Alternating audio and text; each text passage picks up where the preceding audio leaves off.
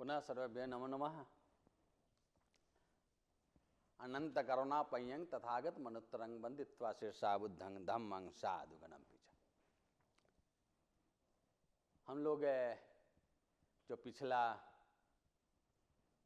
जो लेक्चर दिए उसमें भगवान बुद्ध की जो आरंभिक जो शिक्षा है, जो मूलभूत शिक्षा है, जो मूलभूत जो हमारी समस्या है, उसी समस्या के समाधान के लिए शिक्षा की व्यवस्था होती है। तो दुख है और दुख से कैसे बाहर निकला जाए, इस पर हमने विस्तार से प्रथम सत्र के प्रथम लेक्चर में हमने कुछ चर्चाएं विमर्श हमने आप लोगों से किया। अब कुछ लोगों का, कुछ प्रतिभागियों का बुद्ध की इस शिक्षा पर यह जानकारी लेना है कि क्या भगवान बुद्ध पुनर्जन्म को स्वीकार करते हैं। अगर स्वीकार करते हैं तो पुनर्जन्म कैसे होता है, इस पर हम लोग चर्चा करेंगे। क्योंकि भगवान बुद्ध उन्होंने सही बात प्रश्न किया था कि भगवान बुद्ध तो अनात्मवादी है, आत्मा को स्वीकार करते नहीं है। और हम लोग जो जानते हैं कि भाई आत्मा का ही इस शरीर से दूसरे शरीर में प्रवेश होता है और पुनर्जन्म व्यक्ति का होता है।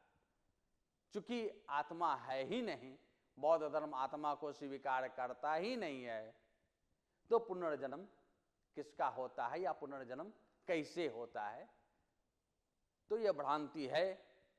और ये लोग इसलिए कुछ लोग कहते हैं कि भाई आत्मा नहीं है तो पुनर्जन्म में भगवान बुद्ध विश्वास नहीं करते, पुनर्जन्म नहीं है। मैं आपको स्पष्ट कह दूं कि बुद्ध जो है का पूरा जो है जो धर्म है वह पुनर्जन्म पर ही आधारित है। जैसा आप कर्म करेंगे वैसा आप फल पाएंगे, आप कर्म फल से बच नहीं सकते हैं। अब देखते हैं, कुछ प्रश्न होंगे तो फिर आप बाद में पूछेंगे। एक भगवान बुद्ध की एक शिक्षा है प्रतीत्य समुत्पाद।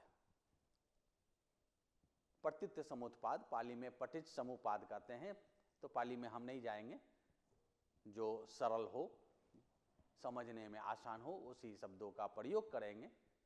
तो प्रतीत्य समुत्पाद हिंदी का शब्द है।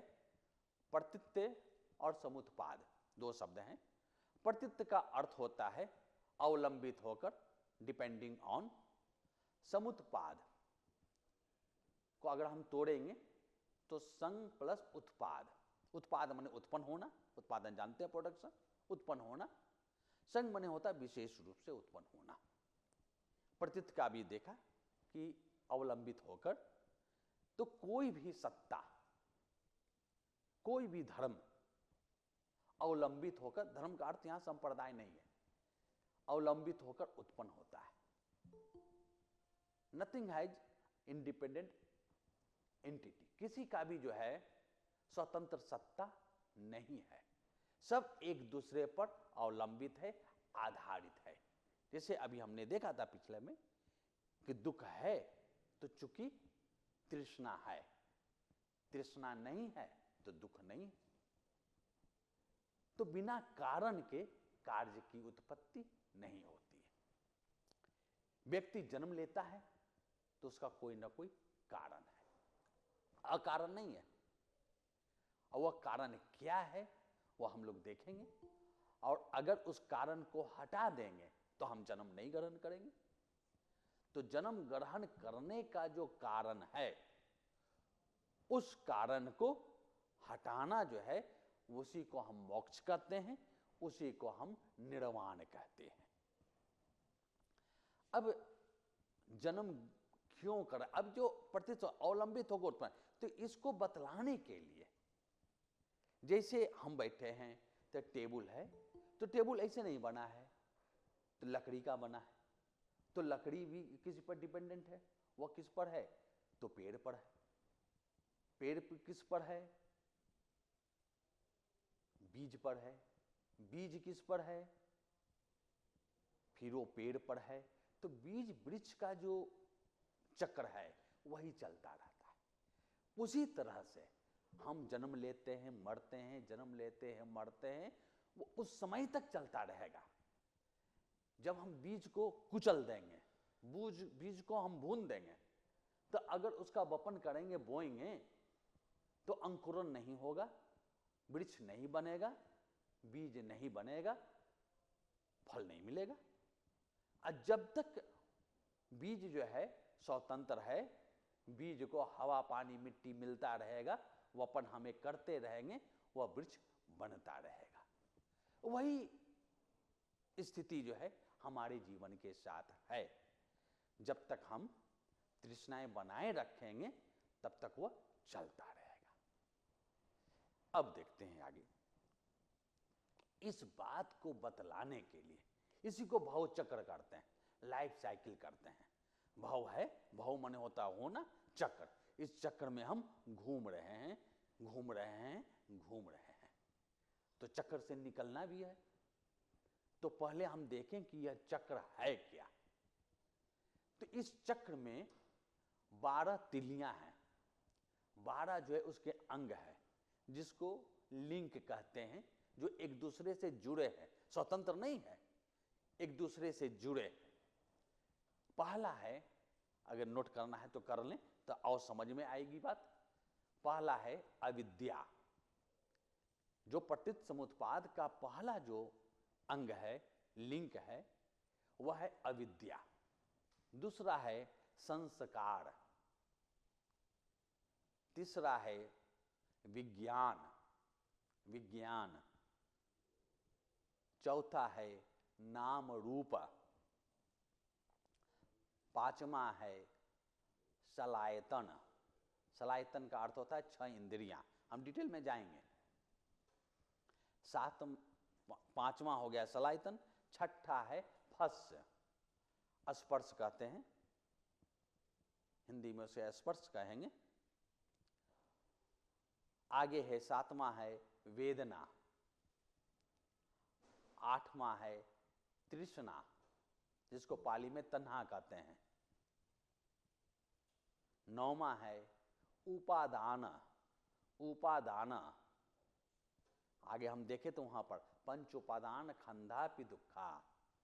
पंच खंधाति दुखा नहीं था, पंच स्कंदों के साथ लगा हुआ जो उपादान है उसे हम दुख कहा गया। तो हम उपादान देखेंगे। ये 9वां है। 10वां है 10th है भावा। भावा। 11वां है जाति और 12वां है जड़ा मरण। यही 12 अंग है। इस पतित समुत्पाद को इसलिए 12 निदान भी कहते हैं। 12 माने 12 होता है, इसका नाम 12 निदान भी है। अब देखते हैं ये बहुत भगवान बुद्ध का अद्भुत खोज है, और यह कहे कि मूलभूत भी है और बड़ा गंभीर है। एक एक करके देखते हैं यह क्या है। पहला है अविद्या। अविद्या में ना अ का अर्थ होता है नहीं, विद्या का अर्थ है विद्या, जानते हैं, यानी विद्या का नहीं होना अविद्या। अब है कि विद्या क्या है, भले इसको जानना पड़ेगा। विद्या क्या है? विद्या में हुआ कि वस्तु के स्वभाव को जानना विद्या है। वस्तु के स्वभाव को जानना विद्या है। तो वस्तु का स्वभाव क्या है? सभी वस्तुएं अनित्य हैं, सभी वस्तुएं दुखमय हैं, और सभी वस्तुएं अनात्मवान हैं। आत्मा नामक कोई सत्ता नहीं है। अनित्य है, इम्परमानेंट, दुखमय है, सफरिंग, और अनात्मवान है, सब्सटेंसलेस। आत्मा नामक कोई चीज नहीं है। आत्मा को कैसे कहा गया? आत्मा को कहा गया कि जो अजनित्व शाश्वतम पुराणम, जो अजड़ है, जो नित्य है, जो शाश्वत है, जो अविपरिणामी हो, उसी को आत्मा कहेंगे, है ना। न जायते मृत्य वा कदाचि नायम भूत्वा भविता वह न भूया अज नित्य शाश्वतम पुराणम न हन्यते हन्यमान्य शरीरे। यह शरीर मरता है, यह नहीं मरता, अविपरिणामी है, जैसा है वैसा ही रहता है। यह आत्मा का स्वभाव है, यह आत्मा का स्वरूप है। ऐसे आत्मा को बुद्ध नहीं स्वीकार करते, ठीक है ना। और यही आत्मा ट्रांसमाइग्रेट होता है। वांसासी जरनानी यथा गाय नवानी गृहणाति नरोपराणी तथा शरीरानी विहाय जरना नयन्यानी सन्याति नवानि देही। यह केवल शरीर मरता है, आत्मा नहीं मरती है। यही आत्मा जो है ट्रांसमाइग्रेट करता है, इस जन्म से उस जन्म तक, उस तरह से जिस तरह से व्यक्ति वही रहता है, केवल कपड़ा बदलता है। तो आत्मा केवल शरीर बदलती है, ट्रांसमाइग्रेट हो रहा है, ठीक है ना। आत्मा जैसी है वैसा ही रहता है, यह आत्मा का स्वरूप हुआ। अब देखिए बुद्ध धर्म के अनुसार अविद्या देख रहे हैं, यानी विद्या को नहीं जानना, तो विद्या ये कहा जा रहा है अनित्य। ये अनात्मवाद भी आगे क्लियर हो जाएगा, है ना। तो ये तो आत्मवाद बताइए, आत्मवाद का ये जो है श्रीमद् भगवद गीता में इस तरह से कहा गया है। तो सभ्य संखारा अनित्या, सभी संस्कार अनित्य है, हर क्षण नष्ट हो रहा है। जैसे अभी गए थे तो एक कागज मिला, तो एकदम देखे चमक रहा है, व्हाइट रंग का है, लेकिन इसी को अगर हम 10 साल छोड़ दें, कुछ पीला पड़ जाएगा। 20-25 साल बाद देखेंगे तो उसको छूते ही जो है टूटने लगेगा, और कुछ दिन में देखें तो वह मिट्टी में मिल जाएगा। वो ऐसा नहीं है कि वो एक दिन ऐसा हुआ है, उसका स्वभाव है अनित्यता। जन्म के दूसरे क्षण से ही, निर्माण के दूसरे क्षण से ही उसका क्षरण भी शुरू हो जाता है, नष्ट होना शुरू हो जाता है। जैसे कोई मकान बना बहुत बढ़िया, लेकिन देखेंगे 100 वर्ष के बाद वो ढह जाता है, कोई 200 वर्ष के बाद ढह जाता है। उसको नष्ट होना है। जिस किसी का भी निर्माण हुआ है तो उसका विध्वंस निश्चित है। तो यही अनित्यवाद है। तो अनित्य जब है तो ऐसे ही जो है जो अनित्य होगा, जैसे पिता पुत्र से प्रेम करता है, पुत्र पिता से प्रेम करता है, लेकिन मरना ही है। जब मरता है तो उसे कष्ट होता है, क्योंकि ये अनित्य का जो भाव है, अनित्य का जो ज्ञान है, उसको अंतर्बोध नहीं है। और जो उसने राग पाल रखा है, जो आसक्ति पाल रखा है, उस राग आसक्ति को ठेस पहुंचती है, इसलिए उसे दुख होता है। चूंकि अनित्य है इसलिए दुख है, और जो अनित्य है तो आत्मवान हो ही नहीं सकता है। चूंकि आत्मा तो कह रही है कि बिल्कुल नित्य है, अजर है, अमर है, उस पर किसी प्रकार का कोई प्रभाव ही नहीं पड़ता है। तो ये इसी को हम लोग त्रिलक्षण भी कहते हैं। तो त्रिलक्षण का ज्ञान नहीं होना अविद्या है।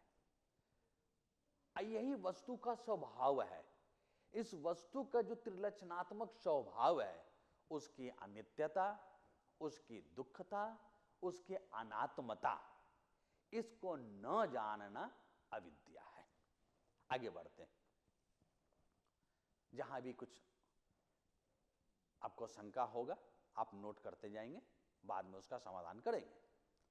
दूसरा है संस्कार, एक दूसरे से जुड़ा हुआ है सब।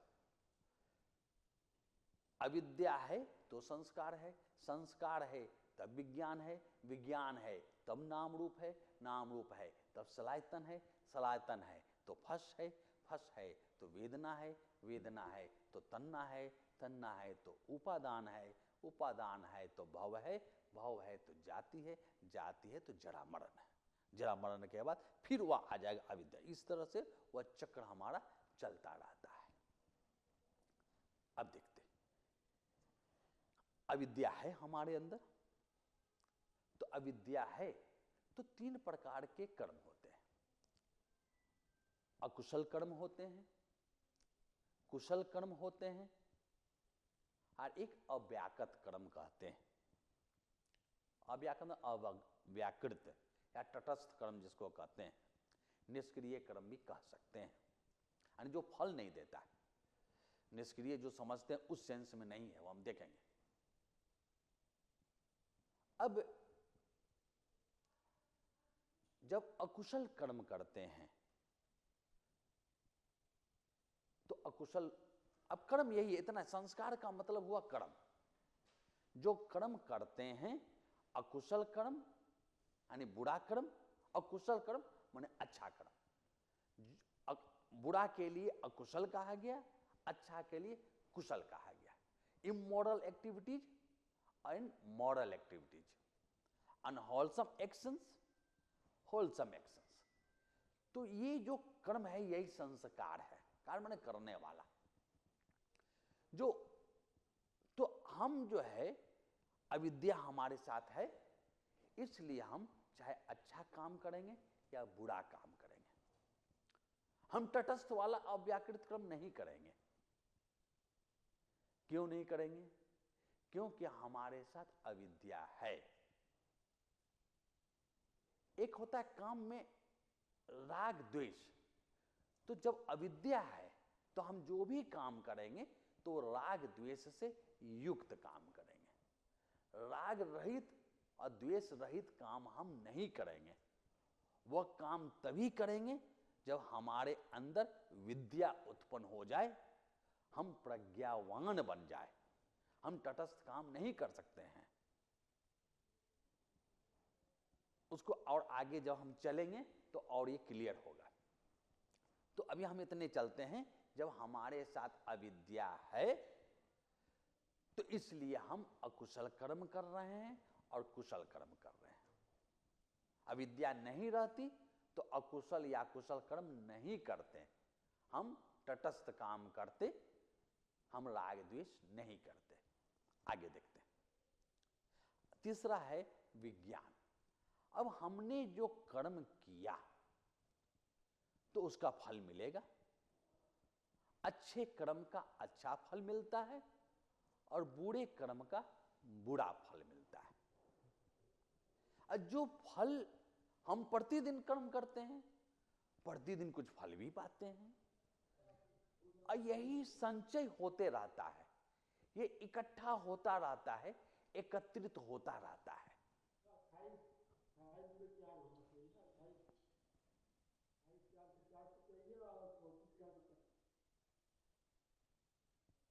क्या कोई समस्या है क्या?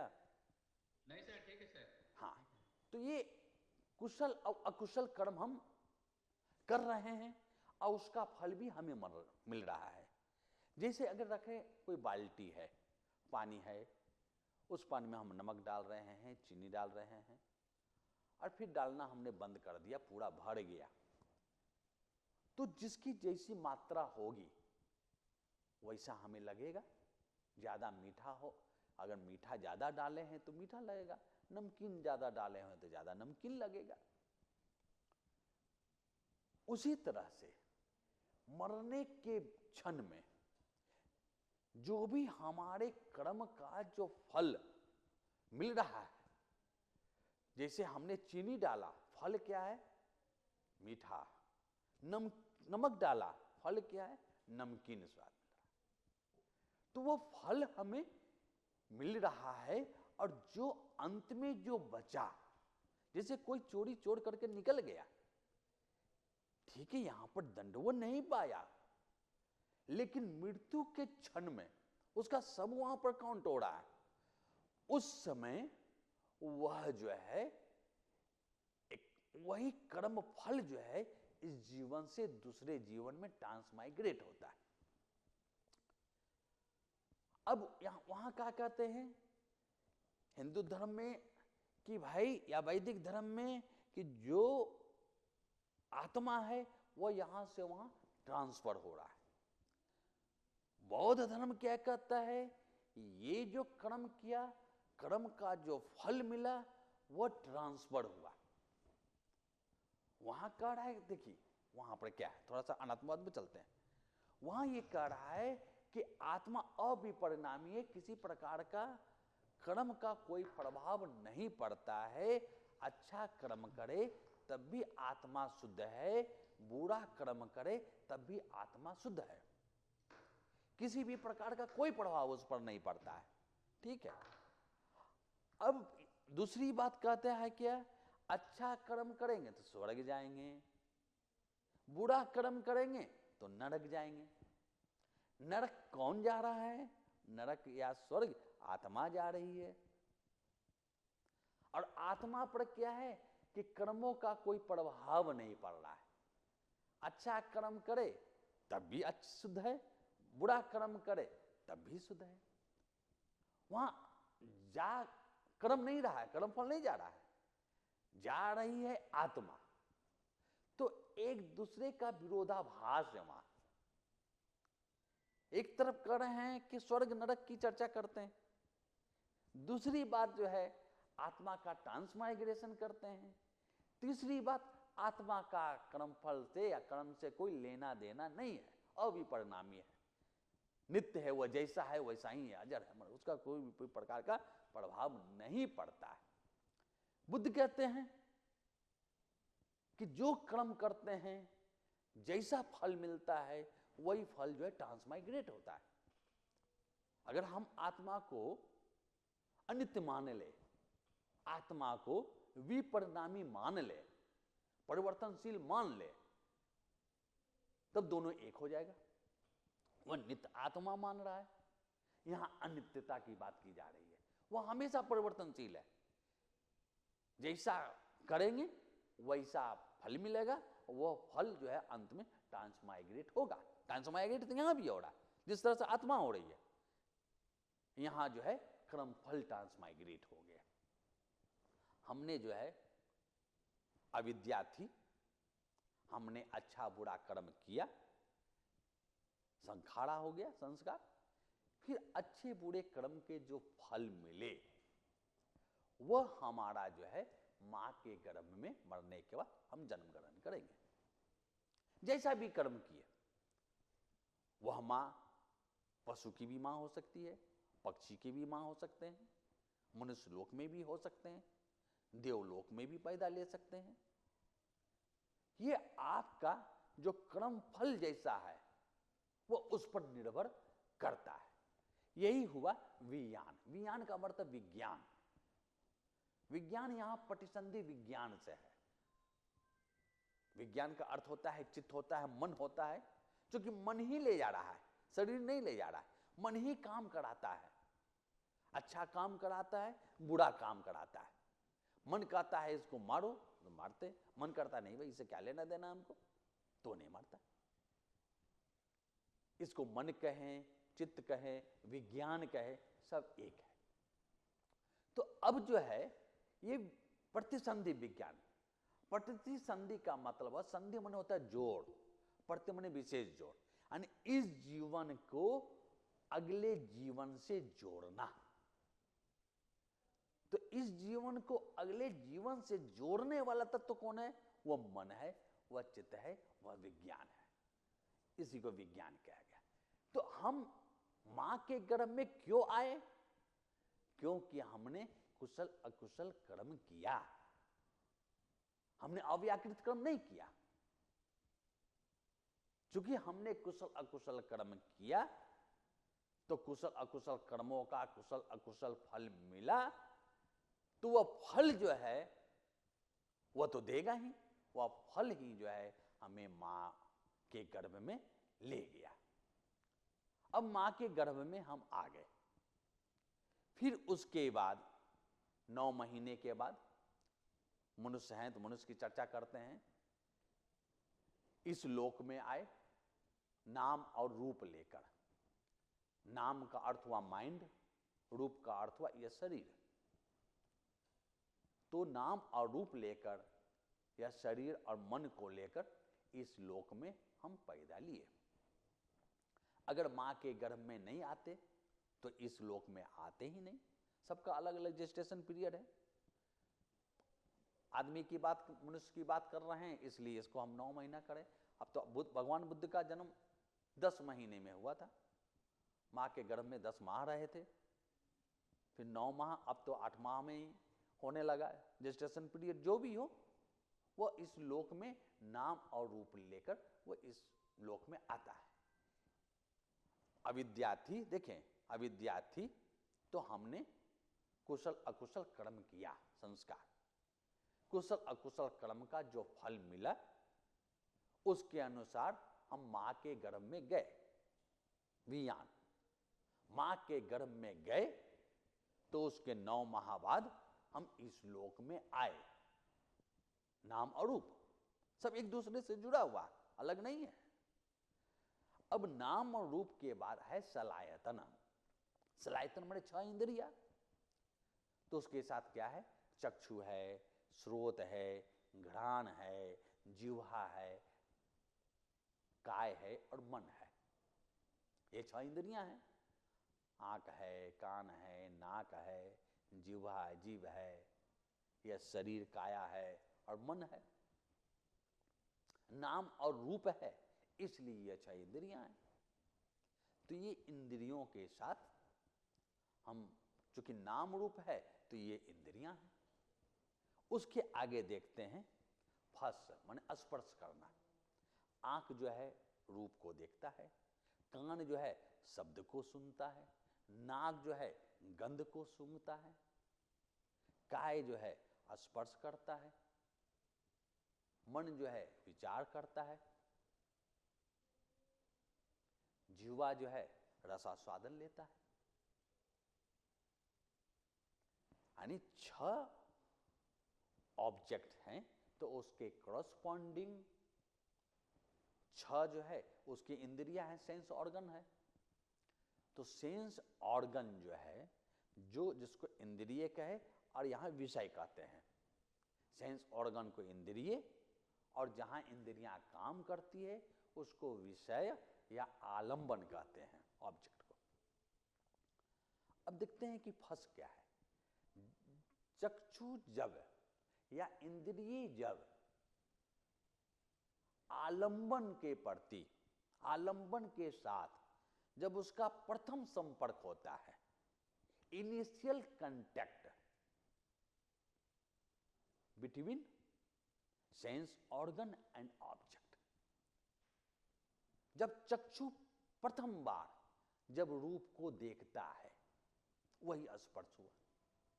कान जब शब्द को सुनता है पहली बार, वह स्पर्श हुआ।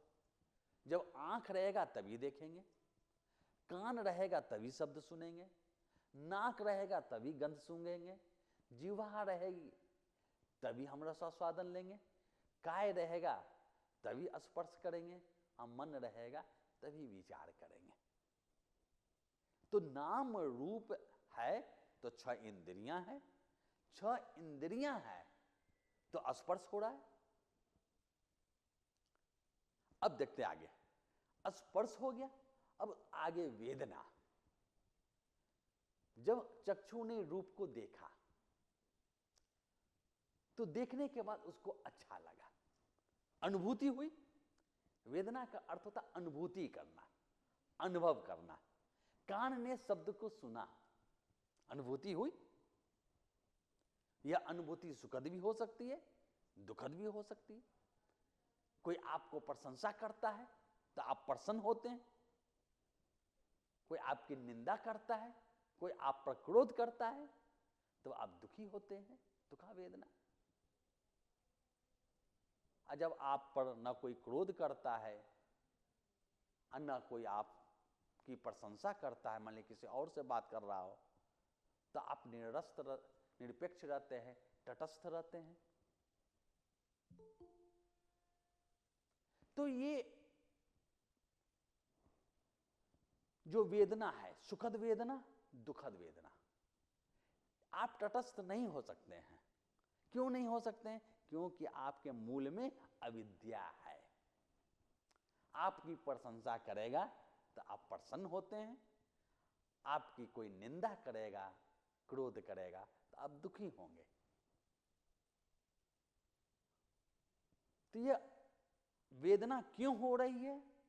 क्योंकि स्पर्श हो रहा है, कान सुन रहा है, आंख देख रहा है, अच्छा उसको लगा तो राग पैदा कर लिया, बुरा लग गया तो द्वेष पैदा हो गया। तो स्पर्श है इसलिए वेदना है। आगे चलते हैं। फिर तन्हा, तृष्णा। अब चक्षु ने, मान लिया कहीं आप घूमने गए, किसी का अच्छा बाइक दिखा, स्पर्श हुआ, आंख का स्पर्श हुआ, वेदना हुई, बहुत बढ़िया बाइक है, बहुत बढ़िया कार है।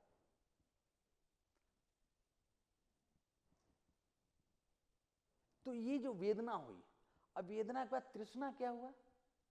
ऐसा ही गाड़ी अगर हमारे पास भी होता तो बढ़िया रहता। ये जो मन में जो भाव जगा, ये जो मन में जो भाव जगा, यही तृष्णा है। फिर उसके बाद है उपादान। उपादान का अर्थ होता है बलवती तृष्णा, स्ट्रॉन्ग डिजायर। अब उसे मार पीट करके आपने उसके बाइक को छीन लिया, वह हुआ उपादान। किसी गार्डन में जा रहे हैं, बहुत बढ़िया गुलाब का फूल है, आंख ने देखा, स्पर्श हुआ, देखकर सुखद अनुभूति हुई, वेदना हुई। मन में भाव जगा, बहुत बढ़िया है, मेरे पास होता तो ठीक रहता, तृष्णा हुई और उसको हमने तोड़ लिया, तोड़ करके रख लिया, ये उपादान हो, काम खत्म हो गया वहां, ये उपादान हुआ। दुखद वेदना भी हो सकती है, जैसे हम मच्छर को, मॉस्किटो को देखे, फर्श हुआ, वेदना हुई, दुखद वेदना हुई, या मुझे काटेगा, कहीं मलेरिया वाला मच्छर ना हो, तृष्णा जगी कि अब इसको हम मार दें। तृष्णा अच्छी भी है, बुरी भी है। तृष्णा के बाद भव, तृष्णा के बाद उपादान, और फिर उसको हमने मार दिया तो उपादान हो गया। देखिए, एक दूसरे से जुड़ा हुआ है। उपादान के बाद हमने तो कर्म कर दिया, इस प्रकार के हम आजीवन ऐसा कर्म हम करते रहते हैं, अकर्म का फल हमें मिलता रहता है। तो जो कर्म का जो फल है, कर्म किया है तो फल मिलेगा, उसी फल को भव कहा जाता है। उसी वही कर्म जो है वो भव है।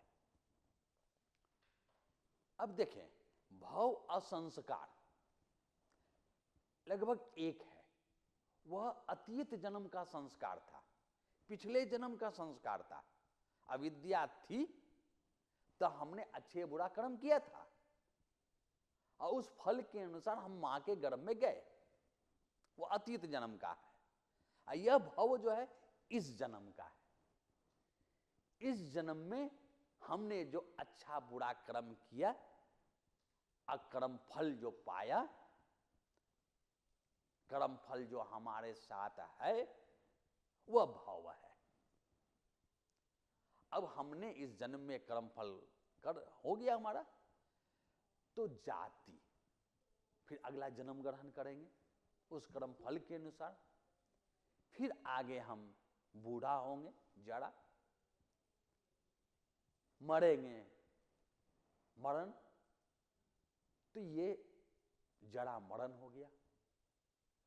तो इस तरह से यह जो द्वादश लिंक है, द्वादश जो अंग है, वह एक दूसरे से जुड़े हुए हैं।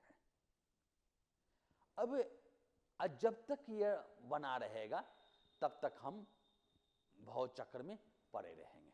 जैसे अविद्या है, चूंकि विद्या मिली नहीं है, अविद्या है तो पिछले जन्मों में हमने संस्कार वैसा किया, अच्छा बुरा जैसा भी किया, अच्छा ज्यादा किए होंगे, इसलिए मनुष्य लोक में पैदा लिए।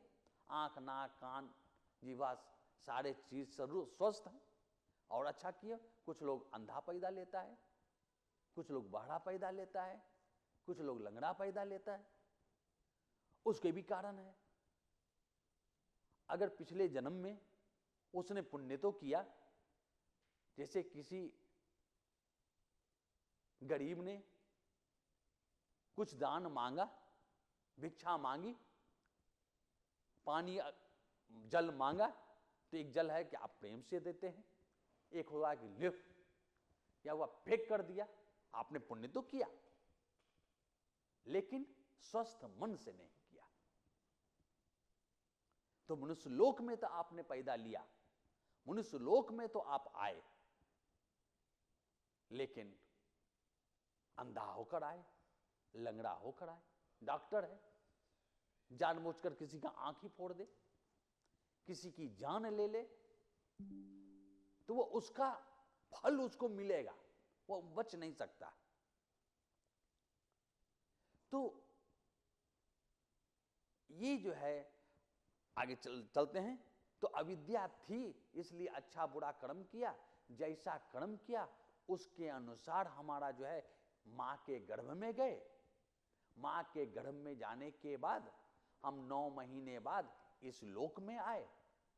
इस लोक में आए तो आंख, नाक, कान, जीवा, शरीर और मन भी रहा साथ में। वो रहा तो आंख जो है, इंद्रियां जो है, वो ऑब्जेक्ट को देखा, इसे आंख का ही केवल लेते हैं। चक्षु जो है अपने रूप को देखा। उसके बाद देखने के बाद उसको अनुभूति जगी, अच्छा बुरा लगा, वेदना। फिर उसको तृष्णा जगी, यह हमारे पास होता या हमारे पास न होता, दोनों बात है। अगर द्वेष जगेगा तो उसको हटाना चाहेंगे, वो भाव जगा। और फिर उपादान हुआ,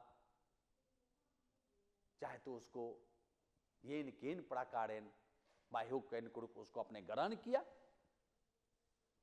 अगर नहीं अच्छा लगा तो उसको आपने नष्ट कर दिया, उपादान हुआ। जो भी कर्म किया हम आजीवन कर रहे हैं, तो वह हमारा भव हुआ, कर्म फल मिला, और फिर वही कर्म फल फिर अगला जीवन देगा, वह भविष्य का जन्म होगा, वही रीबर्थ होगा हमारा।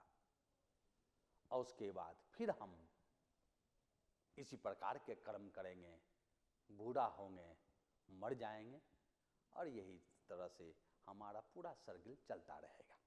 ये तो वह भाव चक्र चल रहा है। अब इसको हम तोड़ें कैसे? तोड़ने के लिए देखते हैं, बुद्ध को ही लेते हैं उदाहरण। चूंकि बुद्ध की वाणी को, बुद्ध की शिक्षा को हम लोग देख रहे हैं। बुद्ध को पिछले जीवन में अविद्या रही होगी, पुण्य कर्म ज्यादा किए होंगे, इसलिए राजा के घर में पैदा लिए।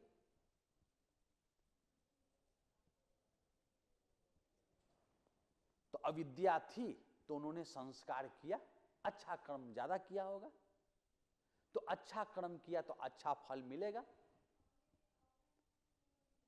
तो महामाया के गर्भ में आए, फिर 10 माह के बाद वह इस लोक में आए। उनके साथ भी 6 इंद्रियां थी, आंख, नाक, कान वगैरह था। वह भी आंख से देखते थे, फंस हुआ। देखने के बाद जब तक उनको बोध गया में ज्ञान की प्राप्ति नहीं हुई थी बोधि वृक्ष के नीचे, तब तक वह भी राग द्वेष करते होंगे। मात्रा जरूर कम रही होगी, लेकिन ज्ञान प्राप्त करने के बाद उन्होंने राग द्वेष छोड़ दिया। अब वो उनके लिए कोई अच्छा भी कर्म नहीं है, कोई बुरा भी कर्म नहीं है, केवल कर्म कर्म मात्र है, क्रिया क्रिया मात्र है। एक एग्जाम्पल देते हैं। अकोश नामक एक ब्राह्मण था, वह भगवान बुद्ध के पास आता है। वह वस्तु स्थिति को जानता नहीं था, किसी के बहकावे में आया था कि बुद्ध जो है वह वेद विरोधी है, बुद्ध आत्मा को नहीं मानते हैं। यहां आकर के बुद्ध को बहुत अपशब्द बोलता है, बोलते बोलते वह थक जाता है। बुद्ध उससे पूछते हैं और कुछ बोलना है? कहा कि नहीं, अब कुछ नहीं बोलना है। कहा कि ये बताओ, आप किसी के पास, किसी अतिथि के पास कुछ सामान लेकर जाते हो क्या? कैसी बात कर रहे हैं? अवश्य लेकर जाता हूं। कहा कि जाते हो तो अगर वह अतिथि उस वस्तु को, तुम्हारे उस दान को स्वीकार नहीं करता है तो उस वस्तु का तुम क्या करते हो? क्या कि करेंगे क्या? उसे अपने पास रख लेते हैं कि बस बस बस, जो तुमने मुझे दान दिया उसे तो मैंने ग्रहण ही नहीं किया। बुद्ध के लिए वे अपशब्द, बुद्ध के लिए वे गालियां केवल शब्द मात्र था, उन्होंने स्वीकार ही नहीं किया। उनके लिए वे शब्द न अच्छे थे न उनके लिए वे बुरे थे, वे शब्द शब्द मात्र थे। तो जब हम, यह स्थिति कब आएगी? जब परम ज्ञान की प्राप्ति हो जाएगी, जब हम प्रज्ञावान हो जाएंगे तब वो स्थिति आएगी। तो अब बुद्ध प्रज्ञावान हो चुके हैं, बोधि वृक्ष के नीचे उनको बोध हो गया है, सत्य क्या है, ज्ञान क्या है, बोध क्या है।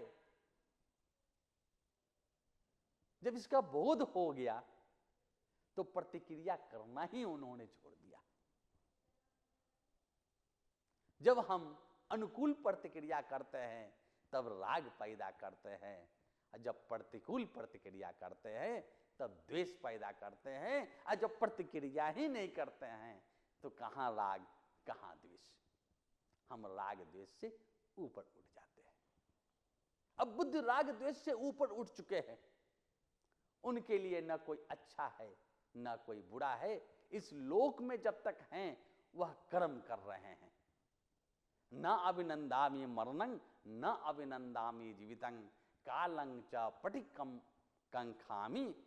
तो मुझे मरने की चाहत नहीं है, न मुझे जीने की चाहत नहीं है। मैं केवल काल को केवल मैं देख रहा हूं, काल को काट रहा हूं। जिस तरह से मजदूर अपने काम करने के बाद संपजानुपटिस्तु, उसको जो है जिस तरह मजदूर अपनी मजदूरी लेकर, मजदूर अपने काम करने के बाद मजदूरी की प्रतीक्षा करता है, उसी तरह से इस जीवन में जो कुछ करना था वह हमने कर लिया, हमने निर्वाण को प्राप्त कर लिया। अब केवल प्रतीक्षा कर रहा हूं परिनिर्वाण की, महापरिनिर्वाण की। अब बुद्ध को देख रहे हैं लेकिन प्रतिक्रिया नहीं कर रहे हैं, तो वेदना हो रही है, सुखद वेदना नहीं हो रही है, दुखद वेदना भी नहीं हो रही है, उपेक्षा वेदना हो रही है। नाइदर मोरल नॉर इमोरल, न सुखद वेदना और न दुखद वेदना। जो वेदना न सुखद हो न दुखद हो, उन वेदनाओं से जो ऊपर है उसी को उपेक्षा वेदना कहते हैं। जब उपेक्षा वेदना है, वेदना तो है, उपेक्षा वेदना है, तो उपेक्षा वेदना है तो तृष्णा नहीं है, तृष्णा खत्म हो गई।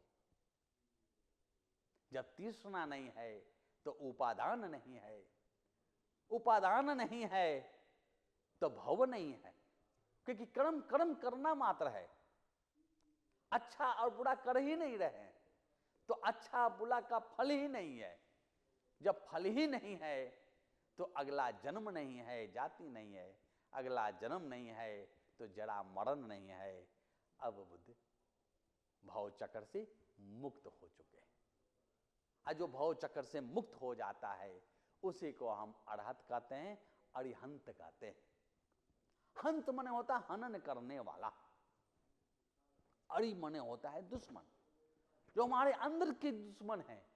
राग है, द्वेष है, क्रोध है, मोह है, ये सब हमारे अंदर के दुश्मन है।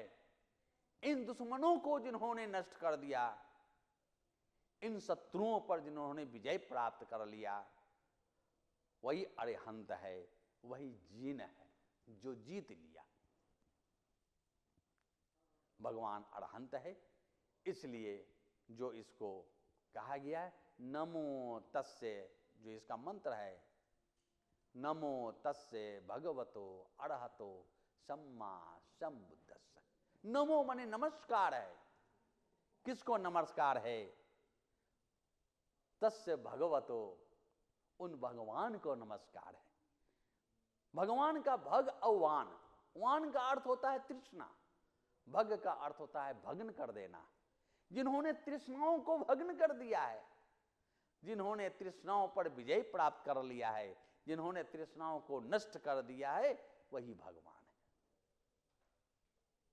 अरहतो, जिन्होंने शत्रुओं पर जो राग द्वेष क्रोध मोह आदि जो तृष्णाएं हैं, आदि जो अकुशल विकार हैं,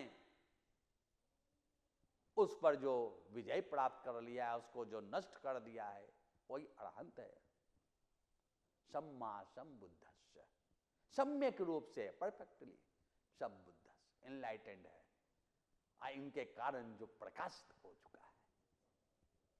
और उस प्रकाश में सभी को सब कुछ दिखाई देने लगता है, क्या सत्य है क्या असत्य है। कि नहीं, इस जब बोधि की प्राप्ति होती है तो 6 अभिज्ञाएं आती है। इद्धि विधि ज्ञान, रिद्धियां आने लगती है। एक होकर वह अनेक हो सकता है, अनेक होकर वह एक हो सकता है। आकाश मार्ग से वो जा सकते हैं। दिव्य स्रोत, दिव्य स्रोत कहते हैं जिसको, वह बैठे बैठे किसी की बात को 1000 किलोमीटर दूर भी है तो उसको यहां बैठे बैठे वह सुन सकते हैं। दिव्य चक्षु, बैठे बैठे वह कहीं के भी ध्यान लगाकर वहां को देख सकते हैं। यही बोध गया में उन्होंने बोधि वृक्ष के नीचे पंचवर्गीय भिक्षु को दिव्य चक्षु से देखा था कि वे पंचवर्गीय भिक्षु सारनाथ में विचरण कर रहे हैं। तो वो सारनाथ फिर आते हैं अपना प्रथम उपदेश देने के लिए। परिचित ज्ञान, दूसरे के चित्त को जान लेना, आप क्या सोच रहे हैं इसका ज्ञान हो जाता है। दिव्य बुब्बे निवासानुसतियान, पूर्व जन्मों का उनका ज्ञान हो जाता है। हम पिछले जन्म में क्या क्या थे, यही ज्ञान जो है जातक की कहानियां है। और आसव क्षययान, आश्रव का क्षय हो गया है, जो हमारे चित्त बल है वह पूर्ण रूप से नष्ट हो चुका है, इसका ज्ञान हो जाता है। और जब यह ज्ञान हो जाता है तो इस ज्ञान के बल पर ही वह भव चक्र को नष्ट करते हैं। भव चक्र नष्ट हो जाता है और यही आपके पतित समुपाद है, पतित समुत्पाद है। भव चक्र कैसे चलता है, इस भव चक्र को, इस जीवन मरण की परंपरा को हम कैसे तोड़ सकते हैं, यही पतित समुत्पाद का बतलाया गया है। हम पिछले जीवन में क्या थे और जैसा भी हमने पिछले जीवन में कर्म किया उसके अनुसार हमारा वर्तमान बना। वर्तमान में हम जैसा भी कर्म करेंगे वह हमारा भविष्य होगा। तो इस पतित समुत्पाद में 3 जन्मों की व्याख्या की गई है। अतीत का जन्म, वर्तमान का जन्म और भविष्य का जन्म। बुद्ध हमारा वर्तमान उज्जवल हो, हमारा भविष्य उज्जवल हो, इस हेतु उपदेश करते हैं ताकि लोक का कल्याण हो सके, लोक का मंगल हो सके, लोक में सौहार्द हो सके, लोक में सामंजस्य हो सके। भगवान बुद्ध की जो शिक्षाओं का यही मूल उद्देश्य है। इसके लिए उन्होंने 45 वर्षों तक घूम घूम कर लोगों को उपदेश किया। जैसा व्यक्ति वैसा उपदेश किया। इसलिए उन्होंने इसके लिए आम जनता की बोली पाली भाषा को अपनाया, पाली भाषा को अपनाया। पाली भाषा के बारे में एक कहना चाहेंगे, हमारा जो ऑनलाइन संस्कृत प्रशिक्षण केंद्र है, तो उत्तर प्रदेश सरकार के माध्यम से यहाँ पर ये कोर्स चल रहे हैं।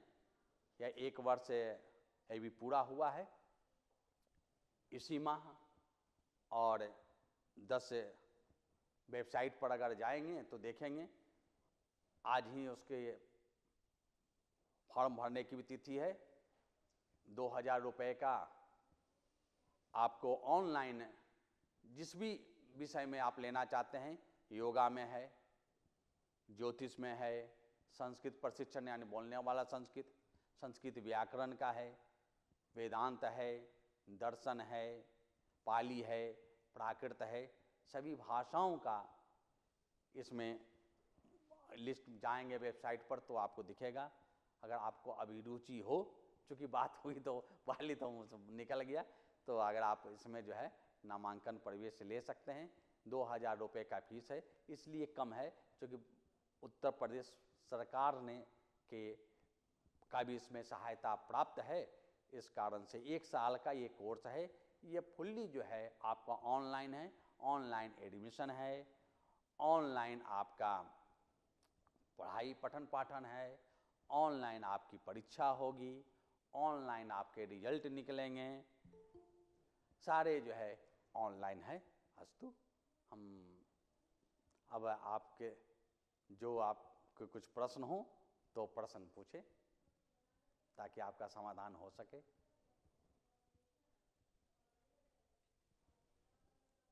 सर नमस्कार। नमस्कार। नमस्कार सर मेरा प्रश्न तो नहीं है सर, मैं जानना चाहता हूँ आपसे कुछ चीज़ें। जैसे आपने कहा कि पूर्व जन्मों का जो भी कुछ कर्म होता है वर्तमान जन्म में होता है, और अभी जो कुछ करते हैं वो भविष्य में उसका परिणाम आता है। सर जैसे अगर अभी देखा जाए तो ये तो बुद्ध की पूरी फिलॉसफी थी कि भाई आप जैसा कर्म करते वैसा आपको मिलेगा ही मिलेगा, ये तो है ही है।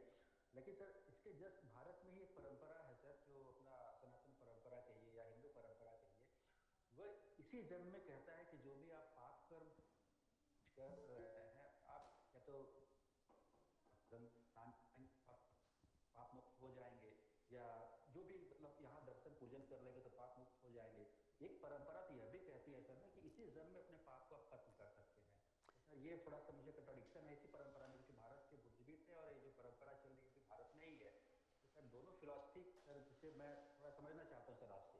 नहीं, ये आप ये जो है ना, जैसे कि यहाँ कहाँ कह रहा है, जो वैदिक दर्शन है वो कहाँ कह रहा है कि वो इस जन्म में भव चक्र को पार करने का, मोक्ष दिलाने का जरूर कहता कि आप प्रयास करो।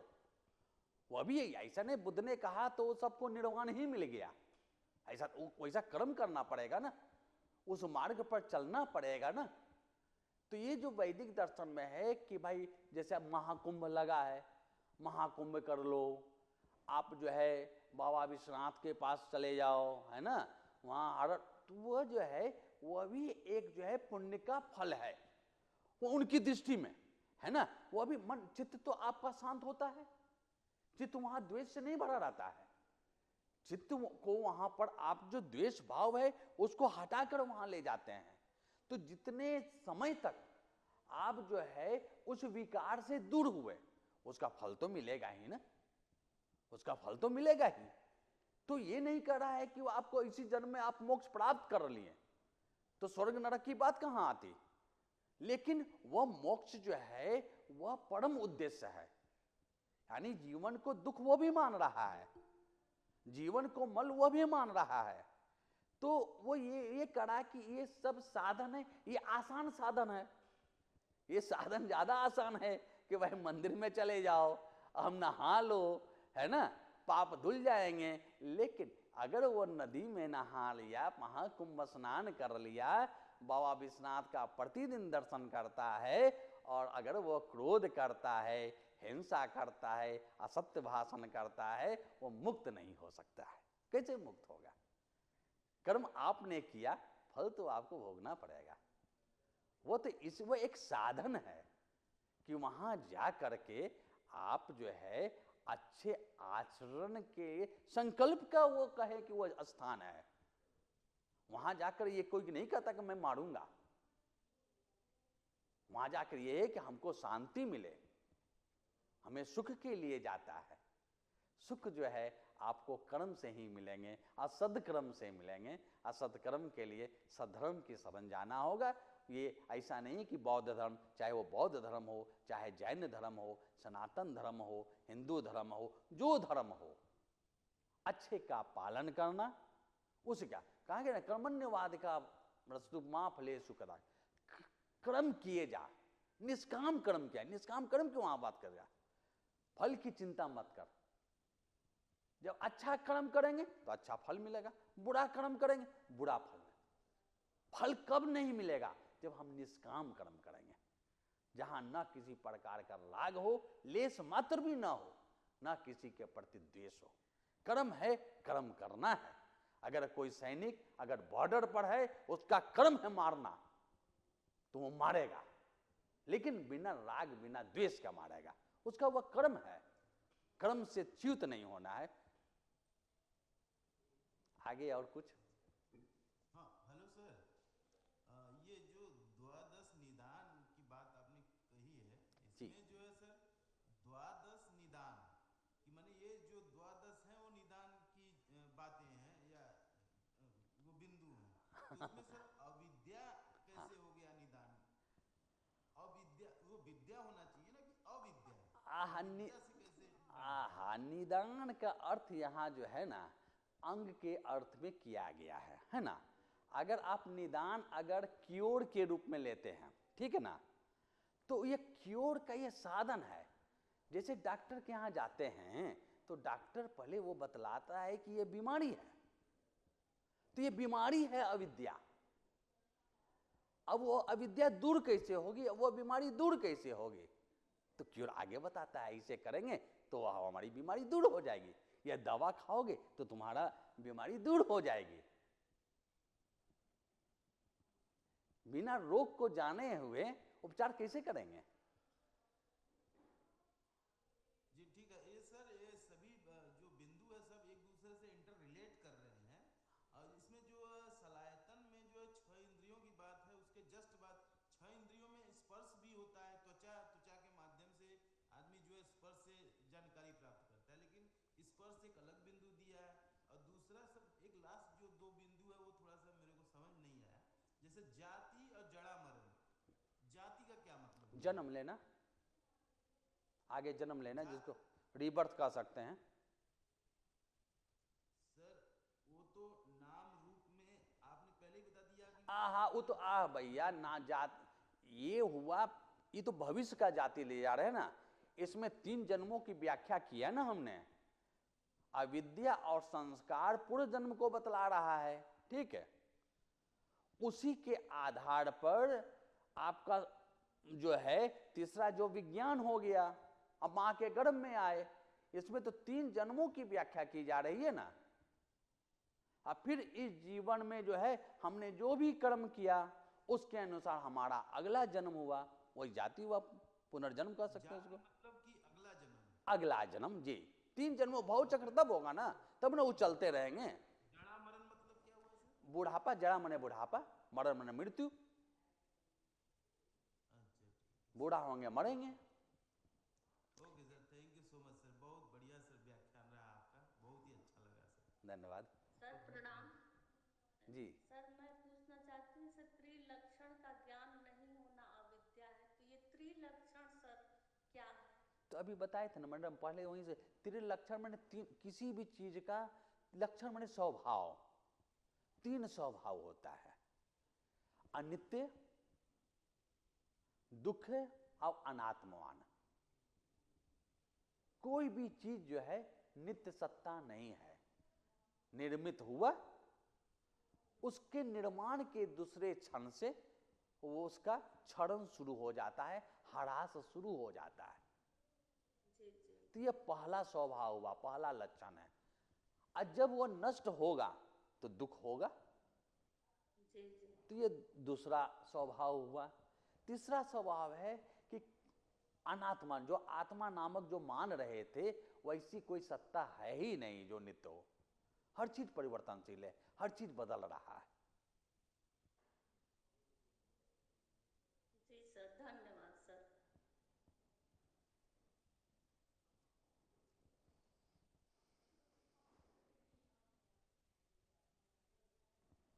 धन्यवाद रमेश सर। हाँ बोले जी। जी सर, सर थोड़ा सा एनलाइटमेंट को थोड़ा समझा दीजिए सर, बुद्धत्व क्या है? हाँ हाँ बिल्कुल सर। बुद्ध का अर्थ होता है सर बोध हो जाना, जान लेना, है ना।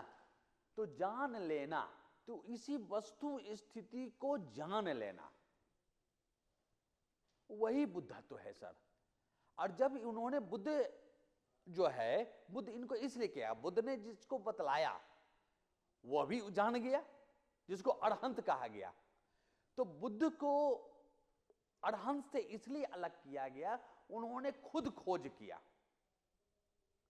जैसे आप अगर जाते हैं, तो अगर आप पैदल जा रहे हैं, तो अगर आप विद्यापीठ से संपूर्णानंद आए तो घूमते फिरते इधर उधर 10 लोगों से पूछते उछते आए, किसी को आप स्कूटर पर खट सा बैठा कर ले आए, पहुंच तो गए वो भी यहां, लेकिन अगल बगल के चीजों का उसको ज्ञान नहीं है, वो बतला नहीं सकता है। बुद्धत्व में यही है कि एक होता है, देखें 3 चीजें पीढ़ा 3 शब्दावली है, एक अरहंत है, एक प्रत्येक बुद्ध है, एक सम्यक संबुद्ध है। सम्यक संबुद्ध जो है वह स्वयं अपना रास्ता बनाता है, स्वयं सत्य की खोज करता है और लोगों को उपदेश करता है। ये हुए सम्यक संबुद्ध। प्रत्येक बुद्ध जो हुआ वह स्वयं अपने प्रयास से ज्ञान तो प्राप्त कर लेता है, लेकिन लोक कल्याण के लिए उपदेश नहीं करते हैं। ये हुए बुद्ध है, प्रत्येक बुद्ध।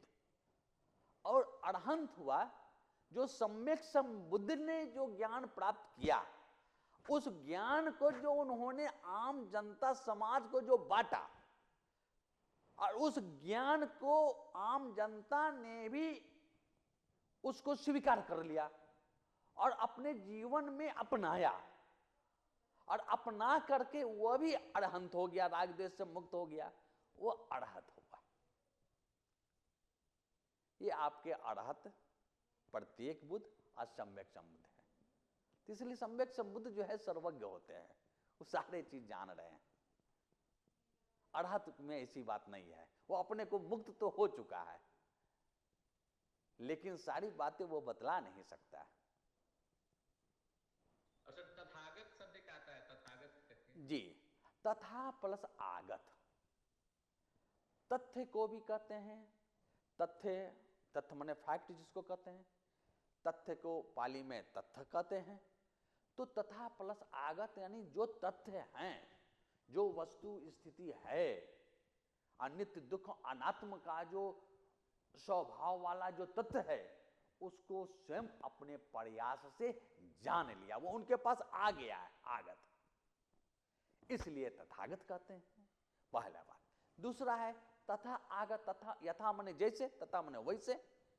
कहते पूर्व में भी जो बुद्ध आए थे, जिस मार्ग से पूर्व के जो बुद्ध आए थे, उसी मार्ग से चलकर गौतम बुद्ध भी आए हैं, उस अर्थ में तथागत है।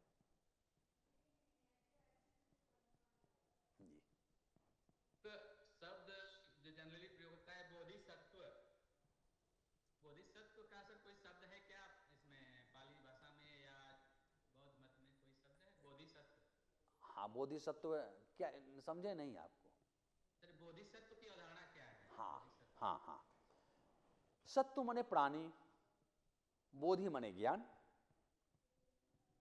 तो बुद्ध कहते हैं दो प्रकार के इसमें है, महायान और थेरवाद।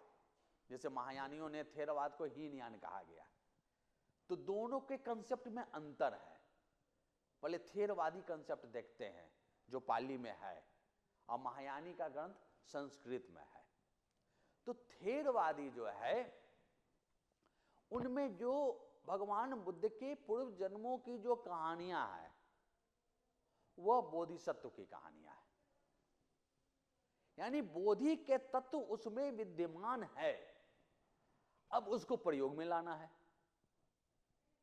हर व्यक्ति अगर चाहे तो ज्ञानी बन सकता है, हर व्यक्ति चाहे, लेकिन देखते हैं कुछ कुछ मूर्ख ही रह जाता है। अगर हम चाहें तो हम तैर सकते हैं, लेकिन तैरना नहीं जानते हैं क्योंकि हमने प्रयास नहीं किया। वह गुण विद्यमान है, अगर प्रयास करे तो उस चीज को प्राप्त कर सकता है। तो बोधिसत्व हुआ बोधि के पूर्व की जो अवस्था है, बुद्धत्व के पूर्व की जो अवस्था है वो बोधिसत्व है। यह हुआ थेरवाद का। यहां ये कहते हैं महायान में कि वो ये कह रहे हैं कि हमने बोधिसत्व वहां भी है कि भाई हमने निर्वाण नहीं प्राप्त कर रहे हैं। अगर हम निर्वाण प्राप्त कर लेंगे तो हम तो भव चक्र से मुक्त हो जाएंगे। हम निर्वाण को वहीं पर हम रोक रहे हैं, यानी किसी एक के प्रति हम थोड़ी आसक्ति बना कर रखे हैं। जहां उसको छोड़ेंगे तो हम तो मुक्त हो जाएंगे, अगला जन्म ही नहीं होगा। तो हम पहले पूरे लोक को, संसार को पहले निर्वाण दिला दें, दुख से मुक्त कर दें, और अंत में जो है हम निर्वाण को प्राप्त करेंगे, परम सुख को प्राप्त करेंगे। ये महायान का कंसेप्ट हुआ। दोनों बोध यहां पर है कि हर व्यक्ति, हर जानवर, हर पक्षी बोधिसत्व है।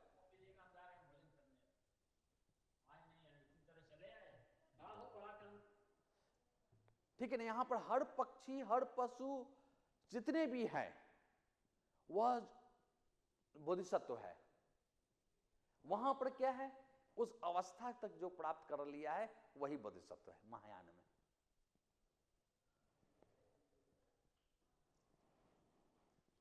और कोई मोक्ष और निर्वाण क्या दोनों एक ही समानार्थी है या कुछ अलग है? थोड़ा अलग है। जो हिंदू धर्म में जो मोक्ष है वो मृत्यु के समय की बात कर रहे हैं, यानी अगला जन्म ग्रहण नहीं करेंगे। ये हो गया मोक्ष। मोक्ष माने मुक्ति। निर्वाण क्या है कि मोक्ष तो है ही, उसके अलावा भी है। इसमें क्या है कि मोक्ष के लिए यहां पर परिनिर्वाण शब्द का प्रयोग किया गया, या महापरिनिर्वाण कह सकते हैं। बुद्ध को जो बोधि वृक्ष के नीचे जो ज्ञान मिला वह निर्वाण है। तृष्णा से मुक्ति हो गई, दुख से मुक्ति हो गई, भव चक्र से वही मुक्ति हो गई। लेकिन जब तक शरीर है, जब तक जीवन है, 45 वर्षों तक तो इस लोक में रहा उन्होंने, निर्वाण की अवस्था में रहा। और जब वो कुशीनगर में वह शरीर त्याग करते हैं तो वह महापरिनिर्वाण हुआ। तो मोक्ष वो महापरिनिर्वाण के बराबर है, वो महाकाल है। लेकिन जिसको निर्वाण मिलेगा उसी को महापरिनिर्वाण या परिनिर्वाण मिलेगा। वहां भी वही है कि भाई, लेकिन उन्होंने पहले का नहीं रखा है, केवल मुक्ति को लेकर रखा है। इसलिए देखते होंगे कि मरने के समय में मान ली कोई प्राण नहीं छूट रहा, छूटने के कुछ पहले तो गायत्री का पाठ कराएगा, कुछ रामचरितमानस का करेगा, कुछ गीता का करेगा, ताकि उसको निष्काम कर्म का उसका मन में आ जाए। जहां उसको निष्काम कब आया, राग द्वेष से मुक्त हुआ, तो वो मुक्त हो जाएगा, वो सिंचन मुक्त हो जाएगा, सारे कर्म जो है उसको वहीं खत्म हो जाएंगे और वो मुक्त हो जाएगा, ये मोक्ष हुआ।